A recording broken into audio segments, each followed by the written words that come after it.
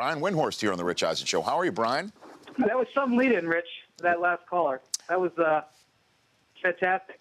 I mean, because I know you're a Cleveland guy and you've seen what's happened with Johnny Manziel, but you know, let's put that aside for the moment. Thank you for saying that. And let's talk some hoops. The Frank Vogel firing, I think there was some writing on the wall. But Larry Bird was saying that players were tuning him out even though he didn't lose the locker room. Why was Frank Vogel fired, Brian? Frank Vogel was fired because he didn't want to play the same sort of style that Larry Bird wants to play. Larry Bird wants to play like the Warriors. He went out and signed Monte Ellis, a former Warrior, last summer to play more like the Warriors. He wanted to play up-tempo, and Frank Vogel just didn't believe that was the way to play. And Paul George, the start of the season, he was sort of rebelling against it, and I don't think Frank Vogel had a problem with it.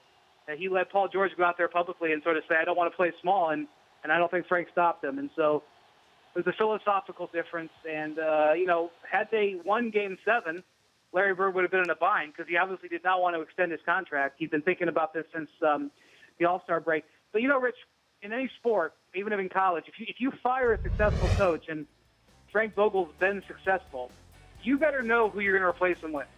And since Larry Bird said during this press conference that he's been thinking about this for 3 or 4 months, I would assume he's got a pretty good idea.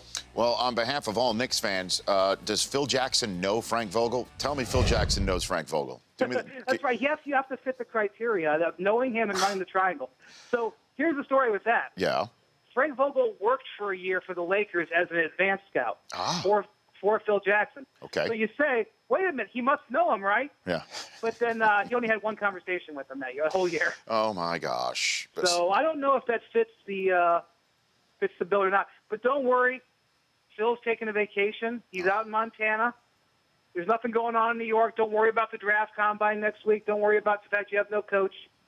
He can evaluate the whole thing from vacation. Don't worry. But let's get into this, Brian, because that is now the narrative about Phil Jackson is that, he's got his 11 rings, and he's got, Montana and Malibu, and, yeah, he's a competitor. I mean, he's Phil Jackson for crying out loud. But when it all comes down to it, if it doesn't work out for the Knicks, he can always go back to Los Angeles where Luke Walton's set up, and maybe, the rumor sign and trade for Paul George is happening. Right? I mean, is that really what we're thinking of Phil Jackson right here instead of trying to put the nose to the grindstone and making it work for the Knicks?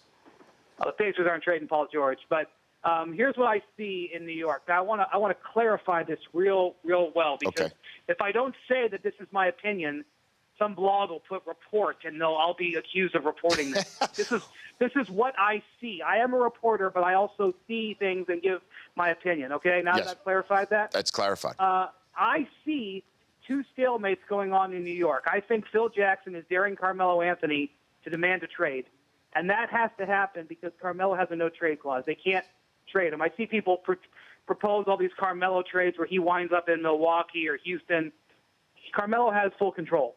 So I think part of what's going on is Phil would like to trade Carmelo, and he's I feel like going through this process to dare Carmelo into wanting to be traded. And the second thing is, I honestly think there's a part of Phil that's like, if you're not going to let me run the team my way, then why don't you just fire me?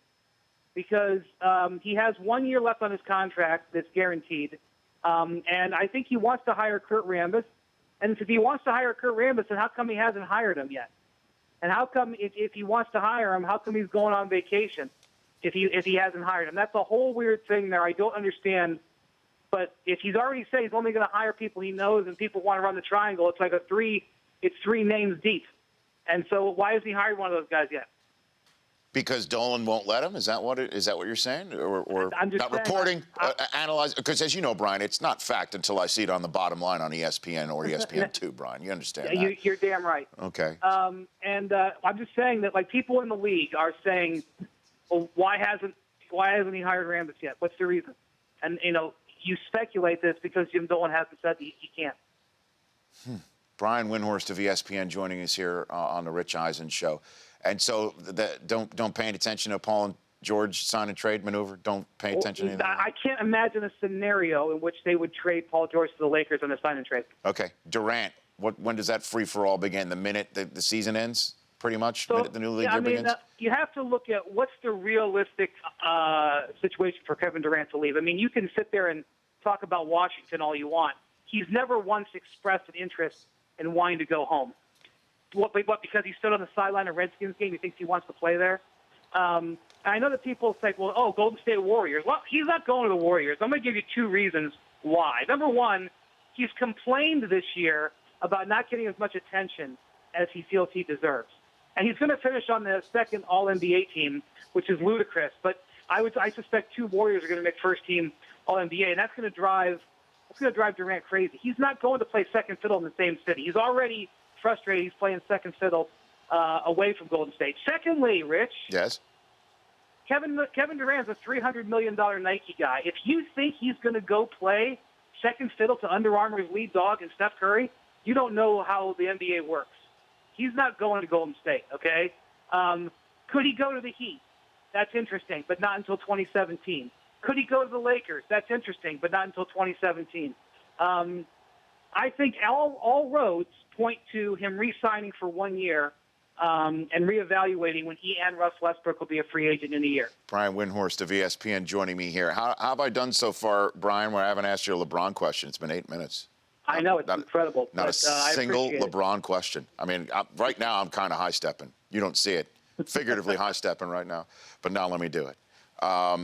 Were they trying to run it up on the Hawks last night? This whole, hullabaloo about how many threes were thrown in last night, Brian? Why wouldn't they? The Hawks didn't seem to mind. And when it all comes down to LeBron saying, I am thinking about the Heat when asked a direct question, I thought that was great. He's a human being. Why wouldn't he be thinking about the Heat? Well, I was surprised about it because it's not a normal thing to do during the middle of a series to start talking about your possible next opponent. I actually thought it was. I have a pretty good idea why he did it, which I'll say in a minute. Sure. But if you're the Atlanta Hawks, you don't even need help for that bulletin board material. This team's already beat you 9 straight times. You felt like you could have won game one, and LeBron's talking about the next opponent, even though I think he had a reason. I would have thought they had come out, pretty inspired. And I realized that the Cavs were hitting everything. I mean, some nights you're going to lose because that's the nature of the NBA. But by the middle of the second quarter, the Hawks were just standing around and watching the threes go in. It was I was pretty stunned watching how the Hawks reacted to that whole thing last night. No wonder LeBron doesn't seem to respect them. And the reason I think LeBron did it is there is a stigma that exists in and around Cleveland that the Cavs may have an issue with the Heat because they've struggled against them in Miami, especially over the last 2 years. The Cavs have not won in Miami in 2 years. Actually, the Cavs organization hasn't won in Miami for 6 or 7 years. I don't think Kyrie Irving, who's in his 5th season, has ever won a game in Miami. So I think what LeBron wanted to do is set the tone. It was the first time he was given the chance. I think he wanted to set the tone within the team. Listen, not only are we not afraid of the Heat, we want to play the Heat. And moving forward, Brian, or in the playoffs, a couple more for you here. Do we see whistles blown in the last minute like we've never seen before of playoff games based on a reaction to all of us seeing see the bouncy house ending in San Antonio on Monday night? Are we going to see that, you think? Any different? I don't think so. No, I don't think so. Here's the reality with the officiating, Rich. This is the best we have. These are the best guys we have. If you don't believe that, I invite you to go back and rewatch the NCAA tournament, and I really invite you to watch the Olympics this summer when you see the international officials and that blank show that happens on a regular basis. This is the best we got. And the NBA tries their best to give transparency and to grade their officials hard, and most of the time they do a good job, and every now and then they screw up, and almost never. I'll go 15 rounds with anybody on this. 99% of the time, officiating does not decide a game. That doesn't mean that people don't believe that it does, but it does. And it didn't decide that game the other night. Basketball karma took over, and the Spurs ended up getting the ball. In fact, Deion Waiters should be happy that people are focusing on his ridiculous elbow that he threw so that nobody's talking about the lollipop that got intercepted by Danny Green that almost cost his team the game. And what do you make about the Heat saying Bosh is done for the year? Unfortunately, I think it's a no-brainer. we don't exactly 100% know what his condition is. Mm-hmm. He has never actually said. But if indeed it is a recurrence of blood clots, and he's had multiple bouts of blood clots, this is absolutely not something to mess around with. And to me, the question was never whether Chris could play this year. The question going forward, the delicate question is, can he play without playing? Can he not be on blood thinners the rest of his life? Is there a doctor, and the Heat doctors can say, we feel okay about you not playing on blood thinners, because if you take blood thinners, you can't play. That's not negotiable. That's a life. And no doctor who runs a team in the league would allow a player on blood thinners to play basketball. It just won't happen. We've seen NFL players who have multiple blood clots have to retire. So the question is, can Chris get to a place where he's comfortable physically and he's not putting his life in risk by playing without being on blood thinners? That, to me, is the whole story, if indeed it's a blood clot issue. Last one for you. I've got Byron Scott in my studio coming up next hour. Did he get a raw deal with the Lakers? He got a raw deal with the Lakers because these last 2 years were about the Kobe tax. They had to pay the Kobe tax for about 17 glorious years, and Byron just had to be the steward during the Kobe tax. They had to pay him that contract. They had to treat him like an outgoing king, and I think every team in the NBA would make that the same deal. 18 great years for 2 horrible years, or actually probably less than 18 great years, but whatever. And unfortunately, Byron was in the chair. Anybody in that chair would have gotten it. It was a raw deal. And I also don't, part of the thing is, and I know Byron, and Byron has been great to me, but Byron he sort of coaches from a different era. And right now, the best teams in the NBA play a more modern style.